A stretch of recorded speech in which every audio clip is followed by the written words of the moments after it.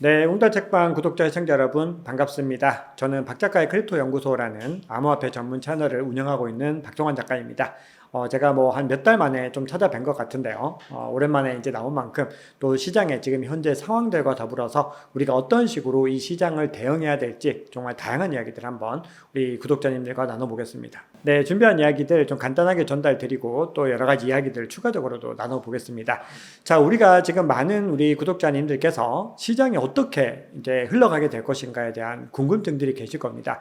자, 우리가 지금 시장을 괴롭히고 있는 몇 가지 요소들을 생각해 보면은 좀 명확하게 그림들이 나오고 있죠. 우리가 첫 번째로 가장 많이 이제 직접적으로 매도 물량이 나오고 있는 거는 이 독일 정부가 본인들이 압수한 물량들을 갖다가 지금 계속해서 시장에 풀어내고 있습니다. 그래서 지금 현재 시점에서는 대략적으로 48,000개 정도 보유하고 있었는데 한 26,000개 정도를 이미 시장에 매도를 했습니다. 그래서 현재 독일 정부에 남아있는 물량은 22,000개 정도로 굉장히 적게 남아있죠.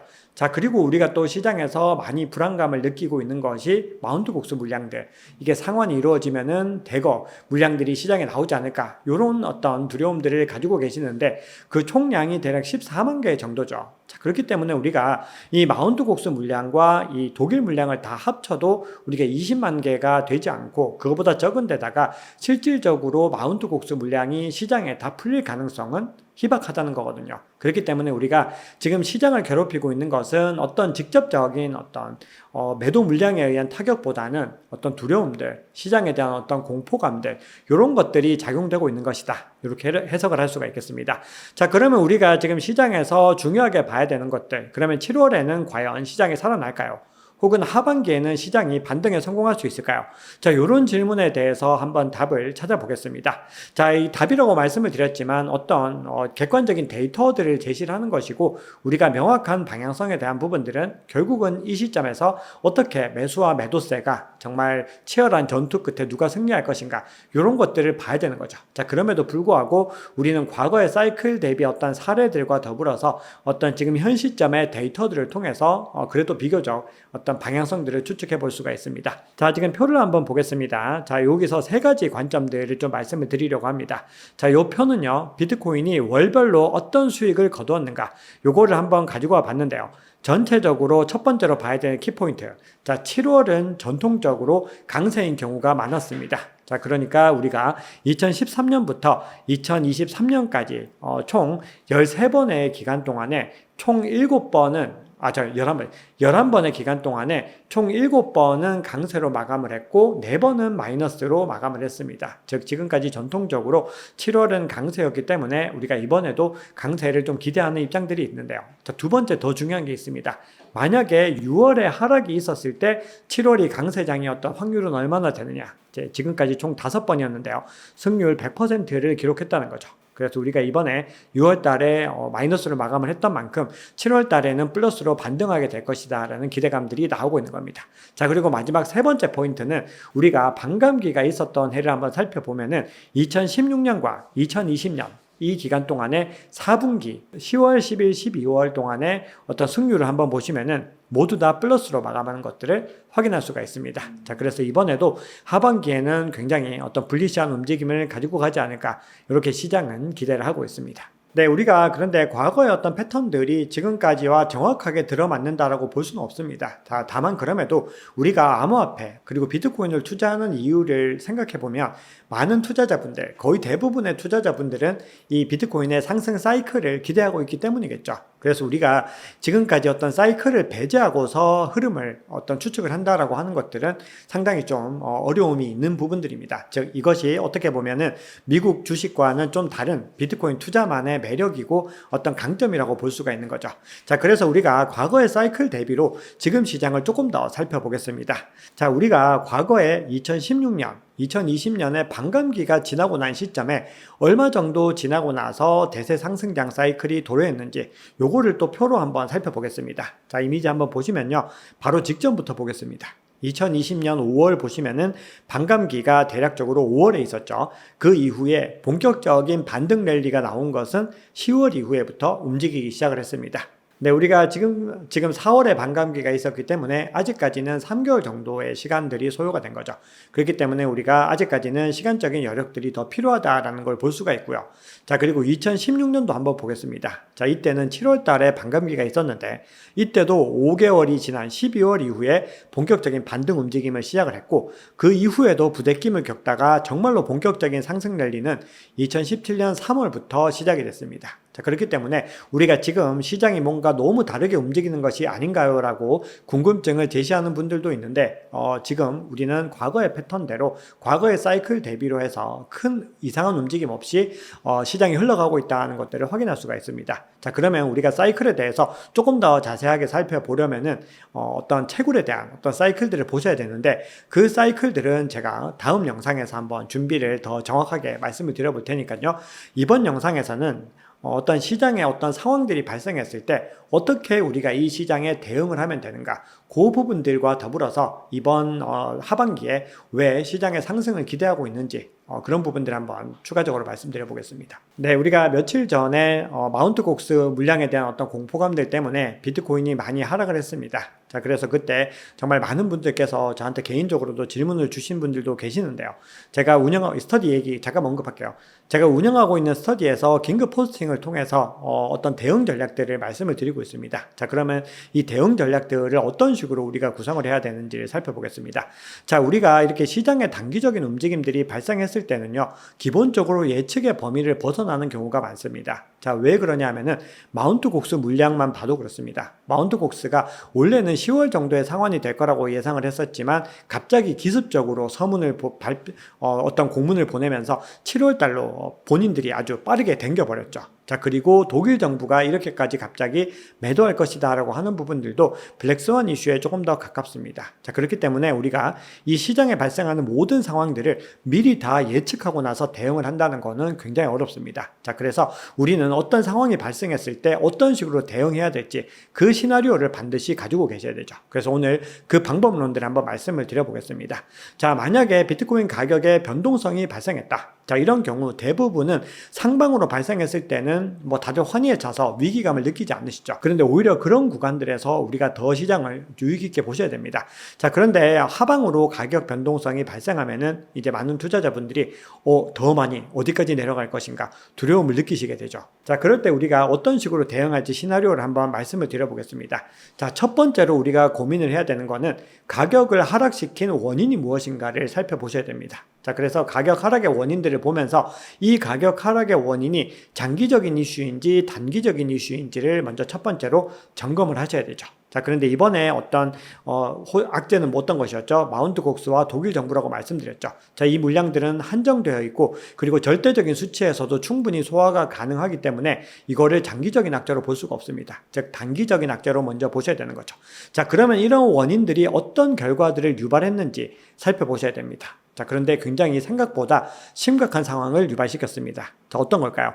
202평선이라고 하는 비트코인의 추세 흐름에서 굉장히 중요한 이평선을 하방 이탈해버린 거죠. 자, 이렇게 되면은 우리가 상황이 달라지게 된 겁니다. 우리가 예상했던 이 원인에 의한 여파들보다 더 크게 어떤 기술적 분석상으로 그리고 심리적으로 어떤 여파들이 가해지게 된 거죠. 자, 그렇게 됐을 때는 우리가 이 가격 구간이 지금 현재 어느 정도에 그럼 와 있는지를 확인하셔야 됩니다. 자, 그래서 이런 부분들은 우리가 온체인 지표를 통해서 확인해 보시면은 확인할 수가 있죠. 그래서 가장 끝에 있는 그래프 보시면은 그 결과로 상당히 저평가된 구간들까지 내려간 것들을 확인할 수가 있습니다. 그래서 이렇게 시장의 상황들을 점검하시는 거죠. 자, 그러면은 이제 그 다음에 생각하셔야 되는 거는 좋아, 그러면 어디서 가격이 다시 반등할 것인가, 즉 어디까지 하락할 수 있을 것인가, 이 부분들을 여러 가지 지표들을 통해서 확인하셔야 됩니다. 그래서 제가 여기 샘플로 보여드린 부분은 URPD 지표를 보여드렸는데요. 이 외에도 뭐 여러 가지 다른 온체인 지표를 비롯해서 기술적인 지표들을 통해 이 구간들을 짚어내시는 게 중요합니다. 그래서 그 중요한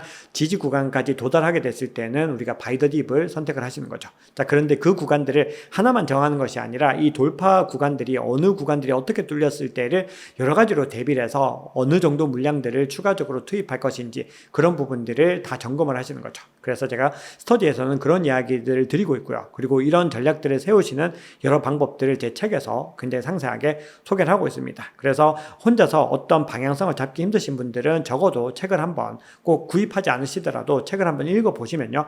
우리가 방향성을 잡는데 굉장히 많이 도움이 됩니다. 자, 그러고 나서 우리가 단기적으로 또 추가적인 변수를 확인하셔야 되는데요.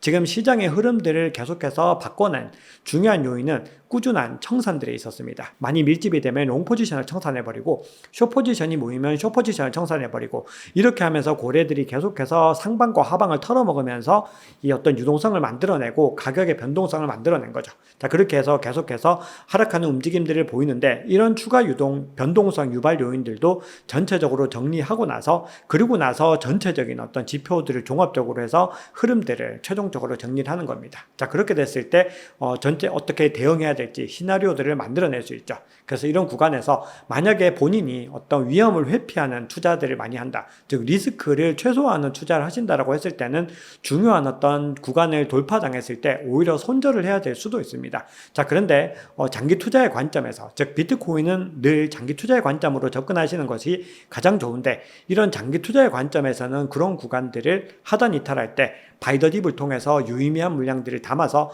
계속해서 평단을 낮춰내는 것이 훨씬 더 유의미한 전략입니다. 그래서 우리가 이런 투자 전략들을 전체적인 원인과 결과를 찾아내는 과정에서 대응 전략과 선택지까지를 딱 세팅을 하시면은 우리가 어떤 돌발 상황들이 발생하더라도 어떤 흔들리지 않고 본인들만의 투자 전략을 통해서 해결하실 수가 있습니다. 자, 그래서 한번 보시면은 이제 추가적으로 이제 몇 가지 이슈들 보시면서 우리가 시장에서 중요한 호재들 한번 살펴보겠습니다. 자, 이 표에서는 독일 정부 앞서 말씀드렸죠. 계속해서 매도 물량들이 나오고 있는데 지금 49,800개에서 22,000개 정도밖에 안 남았습니다. 즉 이 물량들을 시장에 다 던지더라도 시장이 정상적인 상황에 있고 시장에서 공포감이 걷히게 되면은 충분히 수요로 다 해결할 수 있는 물량이다. 이것들을 말씀을 드립니다. 자, 반면에 시장에는 호재가 월등하게 많은 상황입니다. 자, 우리가 기본적으로 금리 인하의 시점들이 지금 계속해서 다가오고 있죠. 제롬 파월 연준 의장도 이제 물가는 잡히고 있는데 지금 고용에 대한 부분들이 지금 침체 구간들, 즉 경제와 고용에 대한 부분들이 좀 우려스럽다라는 것들을 직접 연설에서 밝힌 바가 있습니다. 그래서 시장에서는 적어도 9월에 한 번 정도는 금리를 인하할 것이다라는 기대를 하고 있습니다. 즉 거시 경제적인 이슈들이 많이 잡혀가고 있다는 거죠. 자, 그리고 통화 정책상으로 지금 뭔가 이제 긴축 정책에서 확장으로 뭔가 변경을 하게 될 텐데 그 증거로서 M2 공급량이 꾸준히 증가하는 추세들을 이제 이어가고 있습니다. 아직까지 폭발적으로 통화량이 증가하지 않지만 꾸준히 상승의 곡선들을 그리고 있죠. 자, 그리고 수요 창출과 관련해서 뒤에서 조금 더 자세하게 말씀드릴 텐데 FTX 상환이라는 또 중요한 이슈가 있습니다. 자, 그리고 ETF도 뒤에서 보여드릴 텐데요. ETF에서도 순유입의 흐름들이 지금 나오기 시작을 했죠. 그래서 결국은 꾸준한 수요 창출과 더불어서 ETF에 뭐 국부펀드를 비롯해서 굉장히 굵직한 기관들의 자금들이 한 번에 유입되는 흐름들이 나오게 되면요. 이제는 더 많은 수요들을 촉진을 해서 시장이 반등할 수 있는 어떤 환경들을 만들어낼 수 있습니다. 자, 그리고 2부에서 말씀드릴 텐데 채굴자의 항복 신호들이 다가오고 있습니다. 결국은 우리가 이 사이클이 과거처럼 돌아가고 폭발적인 어떤 포물선 랠리를 그리기 위해서는 채굴자들의 항복이 마무리가 돼야 됩니다. 그런데 아직까지 그것이 마무리가 되지 않았기 때문에 우리는 그 시점들을 같이 기다리면서 시장을 대응해 나가셔도 되죠. 자, 그리고 미국 대선 이슈, 지금 트럼프 전 대통령의 당선 가능성이 높아지고 있는데 바이든의 사퇴설도 지금 나오고 있습니다. 그래서 이것들이 어떤 새로운 변수로서 작용할 수도 있는데 그런 흐름들도 보셔야 되죠. 그리고 이더리움 현물 ETF가 이제 코앞으로 다가왔습니다. 자, 그리고 기술적인 관점에서도 지금 상승 다이버전스가 나오면서 반등의 움직임을 보이고 있는데 자, 그럼에도 아직까지는 반등의 흐름들을 완전히 회복하지 못했습니다. 왜냐하면은 중요한 구간들을 회복을 해야지 우리가 진정한 반등을 할 수 있는 것이고 그 구간들을 돌파하고 나서 한번 꼭 지지를 해서 이 구간들이 완전히 돌파당했는지를 확인하는 과정들이 굉장히 중요합니다. 그렇기 때문에 우리가 조금 가격이 오른다고 해서 막 급하게 올라타시거나 이렇게 하시지 말고 꾸준하게 긴 관점으로 흐름을 만들어 가시는 것이 중요합니다. 자, 그리고 마지막 퀘스천 마크를 해놨죠. 이건 어떤 의미일까요? 네, 바로 새로운 이슈들은 언제든지 시장에서 등장할 수가 있다라는 겁니다. 그렇기 때문에 우리가 뭔가 또 어떤 호재들이 없어질만 하면 새로운 악재가 나타나는 것이고요. 반면에 새로운 호재가 등장할 수도 있습니다. 그래서 그런 부분들을 반드시 유념해 주시면서 시장을 대응해 나가시면 됩니다. 자, 그래서 두 가지 어떤 중요한 어떤 변수들로 FTX의 어떤 상환이 이제 올해 연말에 이루어지게 되면은 160억 달러, 한화로 22조 원의 현금이 상환되기 때문에 이 현금들이 비트코인을 비롯한 암호화폐에 들어오게 될 것이다. 결국은 엄청난 수요를 창출하게 될 것이다. 이런 기대감들을 가지고 있습니다. 자, 그리고 경기 침체에 대한 시그널들도 지금 계속해서 나오고 있죠.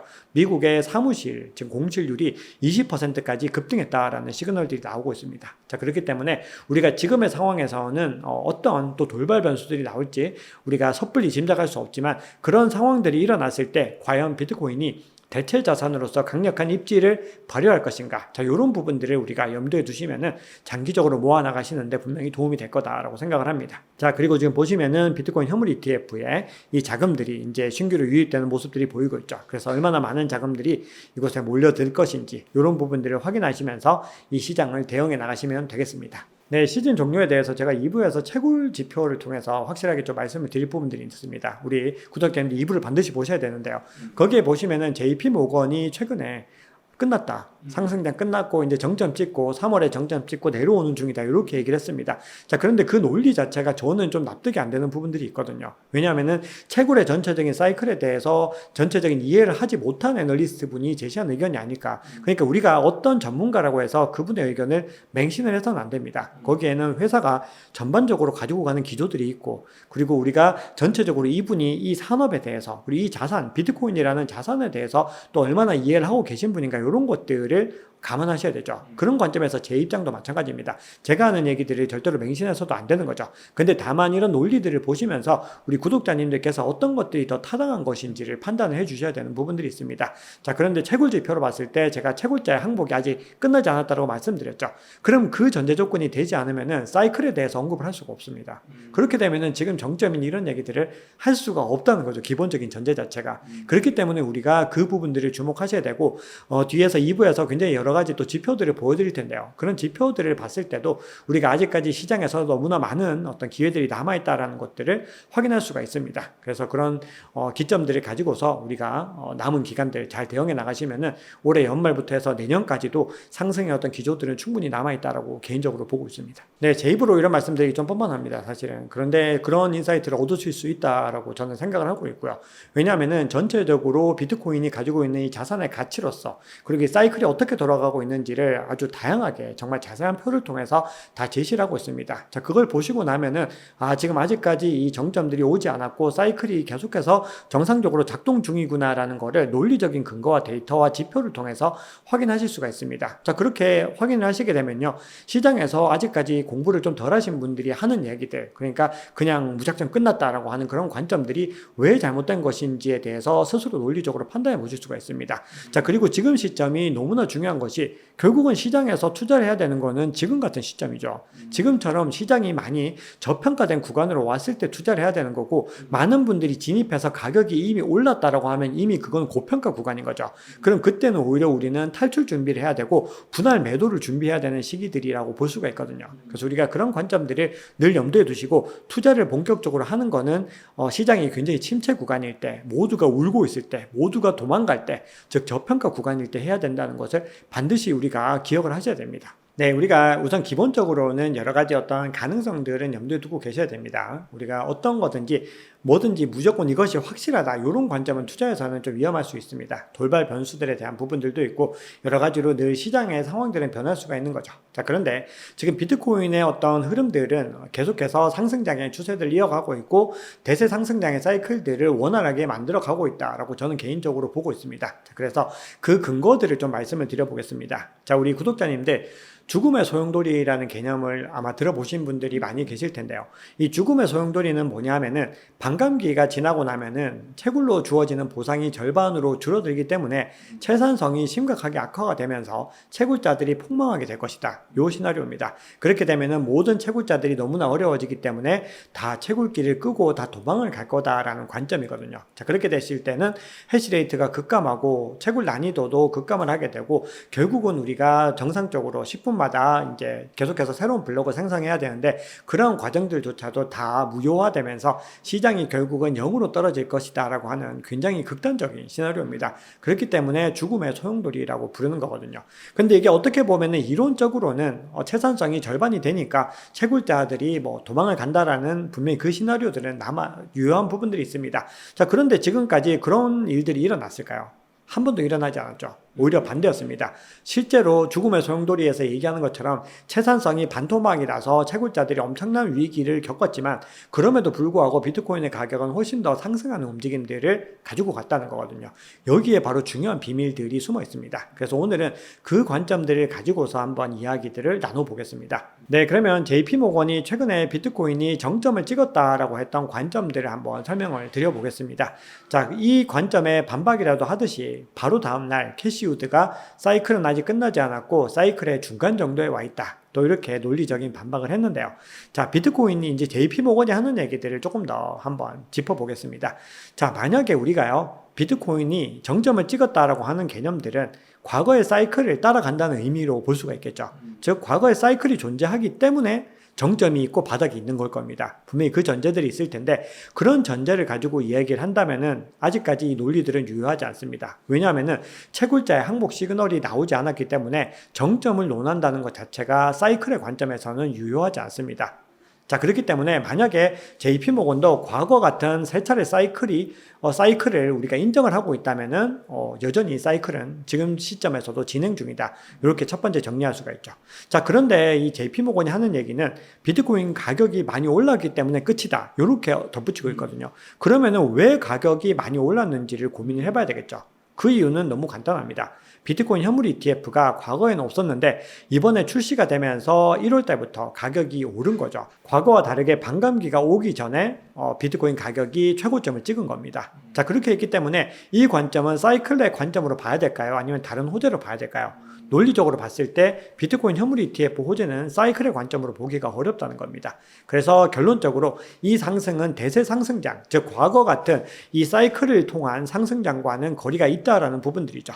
자, 그렇기 때문에 만약에 이런 이유로 JP모건이 정점을 찍었다라고 판단을 하면은 사이클과는 무관한 흐름이기 때문에 대세 상승장의 크립토 윈터라고 하는 관점도 다 무효화됩니다. 즉, 이 얘기는 지금 정점을 찍고 내려오더라도 사이클에 의해서 더 내려가는 것이 아니라 추가적인 수요가 발생하면 다시 더 추가적인 유입이 나올 수 있다는 관점으로 가게 되는 거죠. 그렇기 때문에 지난 세 차례 반감기 사이클과는 무관하게 움직일 수 있다는 거죠. 그래서 결론을 한번 내려보겠습니다. 여러 가지 좀 복잡한 얘기로 들릴 수가 있는데 결국 JP모건이 가지고 있는 관점대로 한다라고 했을 때는 이 정점을 찍고 내려왔다라고 하지만 추가적인 어떤 유입에 의해서 상승이 여전히 가능하다라는 부분들이고요. 그리고 만약에 과거에 어떤 대세 상승장 사이클을 우리가 염두에 두고 있다면은 결국 채굴자의 항복 시그널까지 봐야 되는 부분들이기 때문에 아직까지 채굴자 항복이 끝나지 않은 만큼 이 사이클은 여전히 유효하다. 이렇게 보실 수가 있는 거죠. 네, JP모건이 그런 플레이들을 좀 많이 했습니다.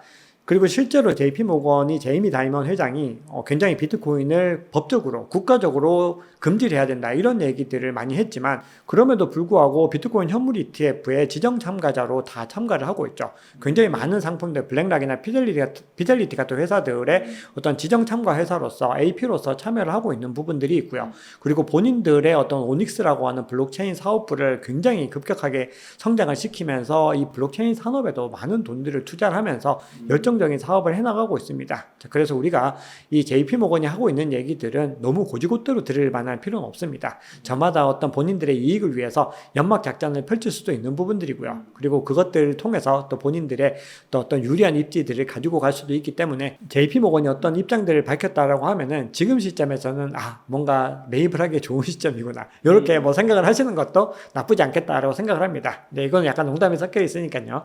우리 구독자님들 잘 판단하시면 좋겠습니다. 네, 그러면 이제 채굴 사이클과 관련해서 우리가 중요한 어떤 관점들을 좀 살펴보겠습니다. 자, 우리가 몇 가지 어떤 온체인 지표들을 통해서 지금 시장에서 바닥 신호를 찍고 있는, 정점 신호를 찍고 있는지, 즉 사이클이 진행되고 있는지를 조금 더 자세하게 한번 들여다보겠습니다. 자, 우리가 지금 시점에서 채굴자들의 항복을 볼 수 있는 지표로는 크게는 두 가지 정도를 들 수 있을 것 같아요. 근데 이 두 가지 지표를 제 책에서 굉장히 자세하게 소개를 하고 있습니다. 그래서 관심 있으신 분들은 한번 살펴보시면 너무 좋을 것 같은데요. 첫 번째로는 해시 리본이라고 하는 지표가 있습니다. 자, 요거는요, 우리가 채굴의 어떤 흐름들을 볼 때 가장 중요하게 봐야 되는 게 해시 레이트이죠. 해시 레이트라는 게 채굴의 어떤 연산력의 총 합이다. 이렇게 볼 수가 있습니다. 그래서 해시 레이트가 아주 높게 유지가 되어야지 채굴이 굉장히 왕성하게 이루어지고 있고 결국은 강력한 경쟁들을 통해서 비트코인의 가격을 견인시키고 있구나. 이런 것들을 알 수가 있는 건데 지금 보시면 해시 레이트가 반감기 이후로 계속해서 하락하는 움직임들을 보였죠. 그래서 요걸 가지고서 30일 이평선과 60일 이평선의 어떤 데드 크로스와 골든 크로스를 가지고서 만들어낸 지표가 있는데요. 이게 바로 해시 리본 인디케이터라고 하는 지표인데 지금 보시면 계속해서 하락하는 움직임들을 보이고 있습니다. 자, 그리고 또 중요한 부분들이 우리가 지금 채산성을 이제 논하고 있는데 지금 채굴을 하는데 원가가 대략적으로 70K 정도가 현재 소모가 되거든요. 근데 지금 비트코인 가격이 촬영 시점에서는 60K보다도 하단이죠. 대략적으로 58K를 조금 넘어서는 구간에 있다는 겁니다. 그렇기 때문에 지금 굉장히 채산성이 맞지 않고 있고요. 그래서 지금 시점에서 채산성을 맞출 수 있는 채굴기가 대략적으로 뭐 몇 가지 기종이 안 됩니다. 최근에 더 많이 하락했을 때는 6가지 기종 정도가 채산성을 맞출 수 있었는데 지금은 그거보다는 약간은 숨통이 트였을 수가 있는데 여전히 굉장히 좋지 못한 흐름들을 보이고 있다는 거죠. 자, 그래서 보시면은 해시레이트, 해시리본이 꺾이고 있다라는 시그널들이 보여서 보이는데 그렇기 때문에 아직까지는 채굴자들의 항복은 여전히 진행 중이다. 요걸 볼 수가 있습니다. 그래서 이게 다 마무리되고 나면요, 이 영세한 사업자들은 다 문을 닫고 그 물량들을 다 대형 어떤 채굴장에다 넘겨주게 됩니다. 실제로 지금 최근에 마라톤 디지털이나 이런 회사들이 채굴기를 엄청 많이 늘렸거든요. 이게 바로 채굴자들의 항복이 진행되고 있는 시그널 중에 또 하나라고 볼 수가 있습니다. 그래서 그 작업들이 완료가 되면은 다시 한 번 더 해시레이트가 상승하면서 비트코인의 가격도 함께 동반 상승할 수 있는 어떤 이제 기반을 마련한다. 이렇게 볼 수가 있죠.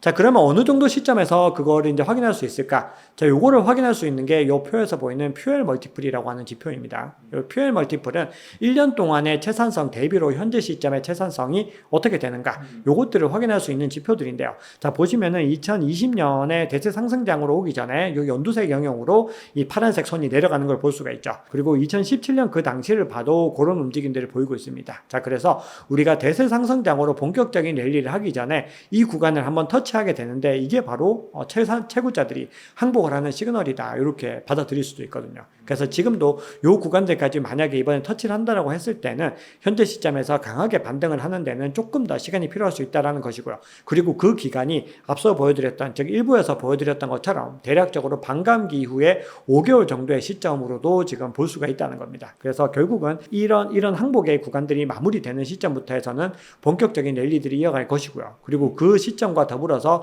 미국의 대선이라든지 그리고 어떤 거시경제적인 이슈들이 다 마무리가 되기 때문에 우리가 하반기에 큰 상승들을 또 기대해 볼 수가 있는 겁니다. 자, 그러면 추가적으로 몇 가지 온체인 지표도 더 살펴보겠습니다. 이 지표들을 통해서 사이클이 정점에 왔는지 이런 것들을 한번 살펴볼 텐데요. 자, 요거는 MVRV G스코어라고 하는 온체인 지표입니다. 우리가 MVRV라고 하는 지표 많이 들어보셨죠? 그 지표가 이 시장의 가치를 리얼라이즈드 밸류, 즉 실현 가치로 나눈 값입니다. 자, 요걸 갖다가 표준 편차의 개념을 적용해서 극단적인 값을 다 빼서 정밀도를 조금 더 높였다라고 하는 게 바로 MVRV G스코어라는 거거든요. 그래서 한번 보시면은 이 빨간색 영역으로 들어갔던 구간들 한번 보시죠. 첫 번째 대세 상승장 때, 그리고 두 번째, 세 번째 다 빨간색 영역까지 올라갔던 걸 볼 수가 있죠. 그런데 최근 2024년 한번 보시면은 아주 낮은 구간에 위치하고 있는 걸 볼 수가 있습니다. 자, 이걸 봐도요. 아직까지는 대세 상승장까지 가는데 시간이 필요하고 오히려 MVRV G스코어가 더 많이 내려가는 움직임들을 보이고 있는데 과거 사이클에서도 이런 구간들이 나타났었다는 거거든요. 그래서 이런 지점들을 우리가 고려를 하시면서 투자를 하시면 됩니다. 네, 그리고 NUPL 지표라고 해서 순미실현 손익이라고 하는 지표도 있습니다. 요 지표도요, 우리가 대세 상승장으로 갔을 때는 요 빨간색 구간들까지 올라갔었는데 지금 요 구간에서 하락을 해서 다시 요 구간에 위치하는 것들을 확인할 수가 있습니다. 그래서 우리가 아직까지 여러 가지 지표들로 봤을 때 사이클 어떤 패턴들이 남아있는 걸 볼 수가 있고요. 자, 그리고 이거를 갖다가 롱텀 홀더, 즉 장기 보유자들의 어떤 사이클로 보면은 조금 더 정확하게 볼 수가 있습니다. 왜냐하면 장기 보유자들의 흐름들이 사실은 사이클의 흐름들과 굉장히 많이 맞춰져 있거든요. 왜냐하면은 장기 보유자 물량들이 단기 보유자들에게 넘어가는 그 과정이 결국은 대세 상승장의 흐름이라고 늘 강조드렸죠. 그래서 지금 보시면은 마지막 꼭대기요, 파란색 영역까지 가지 않고 이 구간에서 하락하는 움직임들을 볼 수가 있습니다. 자, 그렇기 때문에 어떻게 보면 과거로 봤을 땐 이런 구간들과 오히려 비슷하다라는 걸 볼 수가 있죠. 그래서 지금 구간에서는 여전히 대세 상승장의 어떤 흔적들은 발견되지 않는다라는 것을 강조드립니다. 자, 그리고 비트코인의 리스크 시그널도 보시면은 가격이 이렇게 많이 상승을 했던 구간들, 과거에 대세 상승장 보시면은 이렇게 많이 상승하는 움직임들을 보였죠. 2017년도에도 마찬가지입니다. 근데 지금은 그런 시그널들이 나타나지 않고 있다는 거죠. 결국 이 얘기는 우리가 전체적으로 지금 어떤 상승을 이끈 동력 자체는 어떤 채굴자의 항복에서 비롯되는 어떤 비트코인의 본격적인 사이클에 의한 것이 아니라 비트코인 현물 ETF에 단기적으로 많은 자본들이 유입되었기 때문이다라는 것을 확인할 수가 있습니다. 네, 지금 시점에서 만약에 내가 장기 투자자라고 했을 때 이렇게 관점을 한번 나눠보시면 좋을 것 같습니다. 자, 우리가 많은 분들이 지금 비트코인 사야 되나요? 뭐 그냥 구경해야 되나요? 팔아야 되나요? 많은 고민들 하시는데 지금 장기 투자자의 관점에서는 지금 비트코인을 파는 시기는 아니죠. 왜냐하면 지금 많이 저평가 구간이라고 말씀을 드렸던 거죠. 그래서 지금 구간에서는 관망을 하시거나 매수를 하셔야 되는데 매수 시점을 볼 때 우리가 만약에 내가 비트코인 물량을 갖다 많이 보유하고 계시지 않은 분들이 있죠. 초심자들, 그리고 이 시장에 진입한 지 얼마 되지 않으신 분들은 지금 투자의 기회입니다. 그냥 지금 꾸준히 담아가시면 됩니다. 그래서 DCA 투자법을 활용하시든 아니면은 본인들이 어떤 시드가 있으시면은 유의미하게 지금부터 담아가시면 되는 건데 내가 만약에 이미 비트코인을 일정 부분 보유하고 있고 그리고 나는 굉장히 효율적인 투자 전략을 펼치는 투자자다. 이렇게 생각을 하시는 분들은 기본적으로 바이더딥 구간들을 보셔야 되죠. 그래서 지금 현재 시점이 58.5K 정도 되는 구간인데 지금 이 구간에서 만약에 추가적으로 하락을 한다고 했을 때는 어떤 지지 구간을 닿을지를 갖다 우리가 감안을 해보시는 거죠. 그래서 만약에 56.5K의 유의미한 지지 구간이 있으니까 뭐 그 구간에서 물량을 일정 부분 담을 수 있고요. 만약에 이 구간을 이탈하게 됐을 때는 대략 53K, 이후에 51.5K 뭐 이런 구간들이 중요한 지지 구간이라고 꼽히고 있으니까 그런 구간들에서 일정 부분 추가적으로 더 매입하는 전략들을 분명히 가지고 가실 수도 있을 겁니다. 그런 구간들에서 매집을 하시는 거죠. 자, 그런데 이런 질문 하시는 분들도 계십니다. 만약에 그런 구간들이 오지 않으면 어떻게 할까요? 이런 질문을 하시는 분들도 계시는데 그렇게 되면은 바이더딥 구간을 놓치시는 거죠. 그거는 이제 기회가 아닌 겁니다. 향후에 더 또 좋은 기회들이 오면은 바이더딥을 하시면 됩니다. 그래서 우리가 확정적으로 어떤 구간대까지 내려간다 이런 것들은 정해져 있지 않죠. 우리는 확정적인 미래가 아니라 매수 매도가 굉장히 치열한 공방을 벌이다가 결국은 그 구간까지 닿는 부분들에 있는 것이고요. 우리가 이제 만약에 그 구간에 오지 않으면은 스킵을 하는 것이고 만약에 오게 됐을 때 그런 대응 전략들을 가지고 간다라는 부분들을 유념하셔야 됩니다. 그래서 우리가 바이더딥 투자를 하시는 분들은 1년에 자주 투자를 하시지 않습니다. 몇 차례만 투자를 하지만 굉장히 낮은 구간들에서 투자를 했기 때문에 나중에 대세 상승장에서는 큰 수익을 올릴 수가 있다는 거 염두에 두시면 좋을 것 같습니다. 네, 우리가 알트코인 이야기 3부에서 좀 정리를 해보겠습니다. 자, 우리 그 알트코인의 어떤 투자의 시점들을 오늘 좀 말씀을 드리면서 어떻게 하면 이제 투자 전략들을 잘 가지고 갈 수 있을까? 자, 이런 부분들을 전체적인 개론으로서 말씀을 드리겠습니다. 그래서 저희 책이 슈퍼코인 투자 지도라는 책이죠. 여기에 보시면은 알트코인 투자할 때 보셔야 되는 중요한 지표들과 그리고 마켓 타이밍을 잡는 방법들, 펀더멘털이 좋은 코인을 잡는 방법들 이런 것들을 상당히 자세하게 소개하고 있으니까요. 우리 구독자님들도 관심 있으신 분들은 한번 서점에 가셔서 읽어보시면 굉장히 도움이 될 것 같습니다. 자, 우선 마켓 타이밍 상으로 알트코인 시즌이 왔나 안 왔나 요거를 결론적으로 말씀드리면 아직 안 왔습니다. 그리고 아직 오려면 시간이 많이 더 남아있다 이렇게 볼 수가 있습니다. 그래서 시장에서는 이번에 알트코인 시즌이 이제 곧 도래할 것이다 이런 전망들도 있는데 전체적인 어떤 수치상으로 봤을 때는 아직까지 시간이 조금 더 필요하다라는 시그널들이 있거든요. 그래서 우리가 어떤 타이밍을 잡는 법들을 좀 먼저 말씀을 드려볼 텐데 알트코인 시즌 인덱스라는 게 있습니다. 즉 알트코인 시즌이 도래했는가 요것들을 확인하는 지표인데 지금 보시면은 최근에 오늘 캡처한 기준으로 24입니다. 즉 24면은 비트코인 시즌에 오히려 해당되는 거죠. 즉 이게 25보다 아래에 있으면은 비트코인 시즌이고 75보다 높이 있으면 알트코인 시즌인데 지금은 오히려 비트코인 시즌에 더 가깝다라는 거를 볼 수가 있습니다. 자, 그렇기 때문에 우리가 자본들이 비트코인에서 알트코인으로 왔다 갔다 이렇게 하는데 일시적으로 알트코인들이 펌핑 되더라도 급하게 올라타시거나 하시지 말고 우리가 조금 더 차분하게 알트코인들이 조금 더 차분하게 저평가 구간으로 가는 거를 확인하시면 좋습니다. 자, 그러면 우리가 그 시그널들을 어떻게 확인할 수 있는가? 자, 우선 교과서적인 해법들을 말씀을 드려보겠습니다. 기본적으로 알트코인 시즌이 온 것들은 비트코인 가격과 비트코인 도미넌스를 통해서 확인을 합니다. 그래서 표를 한번 보시면요. 비트코인 도미넌스가 하락하는 시점에서 비트코인이 상승한다. 그러면은 그 얘기는 비트코인의 점유율 점유율이 떨어지는, 비트코인 가격이 상승하는데도 비트코인 점유율이 떨어지는 것이기 때문에 알트코인들이 더 급속하게 점유율을 높이고 있는 거죠. 그렇기 때문에 알트코인들이 빠른 상승을 하는 요 구간이 바로 알트코인 대세장이다, 이렇게 볼 수가 있습니다. 그리고 이 구간에서 만약에 비트코인 도미넌스가 유지가 되는, 하락하는데 비트코인이 횡보 구간까지만 가더라도 알트코인은 상승하는 것이기 때문에 이때까지를 대세 상승장이라고 보는 것이죠. 자, 그런데 지금은 어떤 시점이었나요? 최근 보시면은 비트코인 가격은 하락을 하는데 비트코인 도미넌스가 상승을 했죠. 그러다 보니까 알트코인들이 급속하게 무너지는 움직임들을 보였던 겁니다. 그래서 지금은 시즌적으로는 아직까지 알트코인에 본격적으로 뛰어들 만한 시즌은 아니라는 걸 알 수 있죠. 자, 그런데 그럼 우리가 이런 생각들을 하실 수가 있습니다. 그러면은 지금 알트코인 투자한 것은 너무나 큰 실수를 한 걸까요? 너무나 손해보는 선택을 한 걸까요? 이런 어떤 고민들을 하시는 분들도 계실 텐데요. 꼭 그런 것은 아닙니다.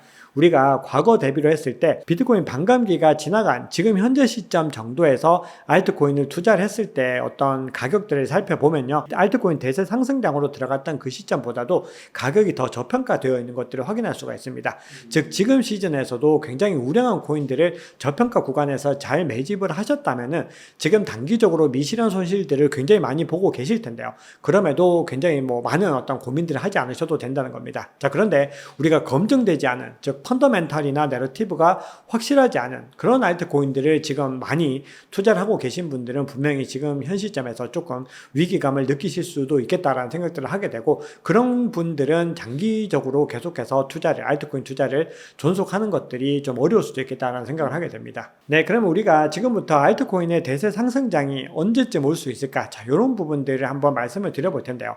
기본적으로 알트코인이 본격적으로 움직이기 위해서는 이더리움이 움직여줘야 됩니다. 과거에는 이더리움이 움직이고 나서 그 이후에 라지캡, 미들캡, 스몰캡의 어떤 시가총액이 큰 알트코인부터 해서 아주 잡코인들까지 자본들이 이동하는 모습들을 확인할 수가 있었죠. 자, 그러면 이제 이더리움이 언제부터 움직이게 될까? 자, 이 부분을 보셔야 되는데, 시장에서는 이 이더리움 현물 ETF의 승인을 기점으로 해서 이더리움이 본격적인 움직임들을 가지고 가지 않을까, 그런 기대들을 하고 있습니다. 그리고 이더리움 현물 ETF 승인이 코앞으로 다가왔죠. 아마 이 영상이 나갈 때에는 올라 승인이 되었을 수도 있고 아닐 수도 있는데요. 기본적으로 지금 시장에서는 7월 중에는 승인이 될 가능성이 있다, 이렇게 지금 전망을 하고 있습니다. 자, 그래서 오늘 시점으로 해서 코인베이스 프리미엄 지표를 한번 살펴보시면은 지금 최근에 양전환을 했다가 다시 음전환을 했는데 굉장히 좀 양수에 가까운 움직임들을 보이고 있습니다. 자, 이 얘기는 이더리움에 대해서 미국의 기관들이 많은 관심들을 가지고 있다라는 의미로 볼 수가 있겠죠. 그레이스케일의 이더리움 신탁 상품의 프리미엄도 지금 거의 사라진 걸 확인할 수가 있습니다. 그래서 보시면은 거의 0에 가깝게 형성이 되어 있죠. 그래서 이게 굉장히 많이 좀 높아지는 움직임들을 보이고 있는데, 이 움직임들이 비트코인 현물 ETF가 승인되던 당시와도 상당히 유사합니다. 자, 그래서 이더리움 현물 ETF 승인이 코앞으로 다가왔구나, 이런 것 확인할 수가 있죠. 그래서 이제 7월 8일에 모든 운용사들, 발행사들이 S1 양식을 수정해서 제출했습니다. 그래서 SEC가 요걸 가지고서 이제 최종 승인을 내려주는 일만 남았다라고 볼 수가 있는 거죠. 그래서 블룸버그 애널리스트들은 아마도 7월 18일 정도에는 될 가능성이 있지 않을까, 이렇게 전망을 하는 거죠. 자, 그렇게 되면은 우리가 이더리움을 필두로 해서 알트코인에도 어떤 흐름들이 나오게 될 텐데요. 자, 우리가 지금 시점에서 하지만 중요한 부분들은 비트코인 현물 ETF가 승인됐던 당시처럼 이더리움도 현물 ETF가 승인되고 나면은 단기적으로는 어떤 가격의 등락들이 생겨날 수 있다는 겁니다. 즉, 매도 물량들이 그레이스케일에서 나오면서 단기적으로는 하방 압력을 그릴 수 있다는 거죠. 하지만 이후에 이 하방 압력들이 다 끝나고, 즉 매도할 물량들이 매도되고 나면은 비트코인이 그랬듯이 가격에 어떤 큰 상승을 유발하지 않을까, 이런 전망들을 하고 있는 거죠. 자, 그렇게 됐을 때는 이제 그 다음 순서로서 솔라나라든지 이 체인링크라든지 리플, 이런 프로젝트들이 언급되는 만큼 다른 알트코인에도 호재가 많이 작용을 하면서 가격의 반등을 이끌 수 있을 것이다, 이런 기대감들이 시장에서는 나오고 있습니다. 우선은 우리 구독자님들께서 어떤 코인을 보유하고 있는지에 따라서 완전히 달라집니다. 사실은 우량한 코인들을 보유하고 계신 분들은 계속해서 존버를 하면서 우리가 유지를 해야 되는 것이죠. 그런데 만약에 내가 잡코인들, 특히 K코인이라고 하는 김치코인들을 많이 담고 계신 분들은 분명히 어떤 리밸런싱을 해야 될 부분들도 발생할 수가 있습니다. 그래서 제가 섣불리 지금 그런 코인들을 팔고 다시 리밸런싱을 해라, 이렇게 말씀을 드릴 수는 없지만, 우리가 내가 가지고 있는 코인들이 어떤 것이냐에 따라서 일정 부분 리밸런싱을 통해서 이번 대세 상승장에서 상승할 수 있는 코인들로 갈아타는 것들도 유효한 전략이 될 수 있다고 생각을 합니다. 그런데 이거를요, 너무 전량 매도하고 전량 매수하고 이런 방식들보다는 우리가 우리가 굉장히 여러 가지 계산들을 통해서 해야 되는데요. 거기에 대해서 조금 더 추가적인 한번 이야기들을 나눠보겠습니다. 자, 우리가 많은 분들이 누군가의 추천에 의해서 알트코인을 매집을 합니다. 왜냐하면 우리가 어떤 맨바닥에서 어떤 코인이 좋은지 뭐 알 수가 없는 거죠. 누군가로부터 어떤 소스를 받아서 이제 판단을 하게 되는데, 우리가 알트코인에 대한 정보들은 너무 한정적입니다. 유료로 보는 사이트들 정도에서만 어떤 유의미한 정보들을 찾을 수가 있고, 무료로 제공하는 정보들 중에서 유용한 정보를 찾는 것은 굉장히 어렵습니다. 그리고 거기서 중요한 것은 가짜 정보가 너무 많다는 겁니다. 그래서 유튜브에서 누군가가 이 코인 100배 간다더라, 이런 얘기들은 절대로 기본적으로 신뢰를 하시면 안 됩니다. 이것도 굉장히 중요합니다. 그래서 결국은 좋은 정보를 찾기 위해서는 상당한 시간이 소요가 되는 것이고, 이 시작은 공신력 있는 정보를 우리가 받아들이는 데서 시작이 되어야 되는데요. 아마 우리 구독자님들께서도 상당히 좀 잘못된 정보를 통해서 이 잘못된 코인들을 가지고 계신 경우들도 분명히 많이 있으실 거라고 생각을 합니다. 그러면 이 코인들이 정말 좋은 프로젝트인지 점검하는 방법들은 어떻게 봐야 되느냐? 기본적으로 세 가지를 좀 보시면서 판단을 하셔야 됩니다. 그래서 첫 번째로 보셔야 되는 것은 내러티브입니다. 즉, 이 코인이 이번 대세 상승장에서 주인공이 될 코인인가, 요거를 보셔야 됩니다. 그래서 우리가 과거에 있는 코인들을 계속해서 보유하시면서 언젠가 오를 거야, 이렇게 생각하시는 분들 많이 있으시죠. 근데 요 발상들이요, 사실은 조금 위험합니다. 왜냐하면은 몇 가지 이유들이 있는데요. 기본적으로 언젠가 오를 거야 라고 하는 코인들은 지금부터 오르고 있어야 됩니다. 가령 비트코인이나 이더리움이나 솔라나 같은 코인들이 언젠가 오를 거야 라는 관점들이 적용이 됐나요? 올해 초부터 계속해서 상승의 흐름들을 보였죠. 물론 부대낌을 겪긴 했지만 계속해서 큰 흐름에서 상승의 추세들을 이어가고 있다는 거거든요. 그런데 특정한 예전 코인들 한번 살펴보시면은, 제가 코인 이름을 말씀드리면 또 매도하시는 분들이 계실까봐 제가 말씀을 못 드리지만, 펀더멘탈 지표들 한번 보시면은 완연하게 하락 추세로 꺾이고 있는 프로젝트들이 많이 있습니다. 그런 프로젝트들이 언젠가는 오르겠지라고 하는 관점은 좀 위험하다는 걸 먼저 말씀을 드립니다. 그리고 그렇게 볼 수밖에 없는 이유는요, 새로운 내러티브를 가지고 있는 코인들이 너무 많이 등장을 해서 경쟁이 너무 치열해졌고요. 그리고 새로운 기술에 의해서 새로운 어떤 발전들이 많이 생겼기 때문에 우리가 이 자금들이 이 코인으로 다시 가지 않을 가능성들을 염두에 두셔야 됩니다. 그래서 첫 번째로 보셔야 되는 거는, 그런 코인들이 결국은 내러티브적으로 아직까지 여전히 왕성하게 살아있는가, 이런 걸 보셔야 되는 거죠. 가령 오래된 코인이라고 하더라도 새롭게 내러티브가 리브랜딩이 된 프로젝트들은 상승의 움직임을 보입니다. 몇 가지 프로젝트들 예로 들어보면은 뭐 니어 프로토콜이 최근에 많이 상승을 했죠. 이건 AI라고 하는 테마를 새롭게 덧입힌 겁니다. 그리고 뭐 카스파 같은 코인들도 최근에 많이 상승을 했는데, 비트코인 채굴기로 카스파도 채굴하겠다라고 하는 입장들이 나오면서 그렇게 된 부분들이거든요. 그러니까 결국은 어떤 이유가 있어야 된다는 겁니다. 참고로 그 두 가지 코인들은 매도 추천이 아닙니다. 자, 그래서 우리가 그런 어떤 요인들을 보셔야 되고요. 두 번째로 보셔야 되는 거는 이 프로젝트들이 펀더멘털이 얼마나 되는가, 즉 얼마나 좋은 수치들을 기록하고 있는가를 보셔야 됩니다. 그래서 기본적으로 펀더멘털을 보실 때는요, 절대적인 수치가 높게 나오는지 보셔야 되고, 변화의 흐름, 즉 상승의 움직임들이 펀더멘털이 이어지는지 보셔야 됩니다. 예를 들어서 새로운 주소수가 얼마나 많이 만들어지고 있는지 상승 추세를 보셔야 되죠. 트랜잭션은 얼마나 많이 발생하고 있는지 새로운 추세들을 보셔야 되는 겁니다. 네트워크는 얼마나 많이 발전하고 있는지, 이런 것들을 한번 보시면은 충분히 쉽게 확인할 수가 있죠. 그리고 마지막으로는 이 프로젝트들을 상대적으로 비교해 보셔야 됩니다. 다른 프로젝트들과 대비해 봤을 때 얼마나 많은 흐름들이 나오고 있는지, 요것들을 보셔야 되는 거죠. 네, 그러고 나서 이제 이 코인들이 이제 저평가가 되어 있는지를 확인하셔야 됩니다. 즉, 네트워크 대비 얼마나 저평가가 되어 있고, 과거 사이클 대비, 과거 하락 대비로 얼마나 저평가가 되어 있는지 온체인 분석과 기술적인 평가들을 해야 되는 거죠. 굉장히 어려우실 겁니다. 그래서 이 어려운 개념들을 이해하시기 위해서는 제 책에 나오는 내용들을 한번 읽어보시면은, 이게 어떤 맥락에서 이야기하는 건지를 보실 수가 있습니다. 그리고 실제로요, 이 잣대대로 투자한 코인들은 가격 방어력이 상대적으로 훨씬 더 좋고, 그 이후에 다시 반등하게 됐을 때도 더 빠르게 더 높게 반등하는 것들을 객관적인 수치들을 통해서도 확인하실 수가 있습니다. 그래서 알트코인 투자하실 때는요, 절대로 누군가의 추천에 의해서 무턱대고 매집하지 마시고 이런 어떤 기준들을 명확하게 하셔야 됩니다. 네, 그래서 샘플을 몇 가지 보여드리겠습니다. 자, 한번 보시면요, 기본적으로 1일 활성 주소라든지 트랜잭션 제가 예로 들었죠. 그래서 이런 것들이 어떤 프로젝트들이 많이 나오고 있는지 6월 말 기준으로 살펴봤더니 이런 프로젝트들이 상대적으로 많이 나오고 있다라는 것들을 확인할 수가 있었습니다. 그래서 이런 비교들을 통해서 한번 확인해 볼 수가 있는 거죠. 그리고 절대적인 수치에서는 어떤 것들이 높은지 이런 것들도 여러 가지 어떤 사이트들을 통해서 확인을 하실 수가 있습니다. 자, 그리고 알트코인 투자에서 반드시 주목해야 되는 중요한 부분들은요, 절대로 펌핑 펌핑과 덤핑에서 펌핑되는 구간에서는 올라타시면 안 된다는 겁니다. 이게 어떻게 보면은 알트코인 투자에서 가장 중요한 조언이라고 말씀드릴 수가 있는데요. 기본적으로 알트코인은 가격이 하락을 해서 정말 어디까지 더 하락할 것인가를 의심할 정도까지 하락을 해야지 그때가 알트코인 투자 시점이구나.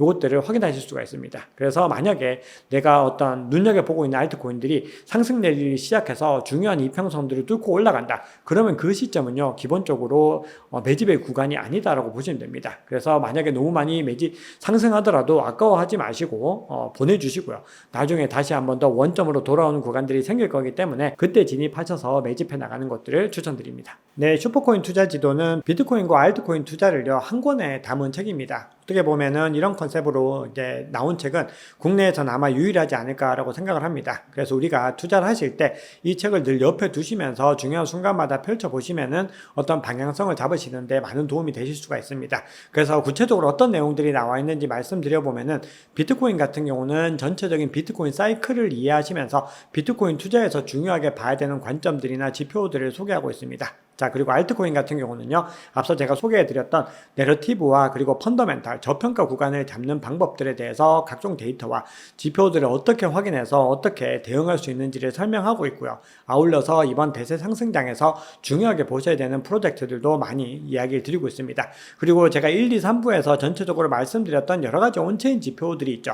그런 온체인 지표들도 전반적으로 중요한 온체인 지표들을 선별해서 어떻게 활용하셔야 되고 어떻게 해석하셔야 되는지를 다루고 있습니다. 그래서 이 책을 보시면은 이 암호화폐 투자에 대해서 전체적으로 큰 그림을 그리시면서 정말로 이번 대세 상승장을 함께해서 이겨나갈 수 있는 슈퍼코인들을 찾아낼 수 있는 방법들을 스스로 체득하실 수가 있습니다. 네, 운달제빵 구독자님들, 저희 지금 시장이 굉장히 좀 좋지 못한 상황들이 지금 3개월 넘게 이어지고 있는데요. 이제는 여러모로 이제 반등의 시점들이 다가오고 있다라는 시그널들이 명확해지고 있습니다. 아마도 이제 많은 구독자님들께서 좀 어려움을 겪기도 하시고 마음에 좀 어떤 불편함들도 계셨을 텐데요. 결국 투자라고 하는 거는 이런 과정들이 무한히 반복되는 과정입니다. 앞으로도 한번 반등하고 나면은 비트코인과 암호화폐는 또 이런 구간들을 겪게 될 겁니다. 그래서 이번 이 시즌에서 어떻게 대응해야 되는지를 명확하게 이해하시고 본인만의 투자 원칙을 세우시면은 앞으로 이런 일들이 일어나더라도 더 쉽게 대응하시고 이겨나가실 수가 있습니다. 그래서 지금 시장은요, 우리가 피해 다니고 두려워하기보다는 더 적극적으로 공부를 하시면서 매입의 타이밍들을 잡아가는 구간이다라는 것을 명심하시면 좋겠습니다. 우리 웅달책방 구독자님들의 성공 투자와 행복한 투자를 기원합니다. 감사합니다.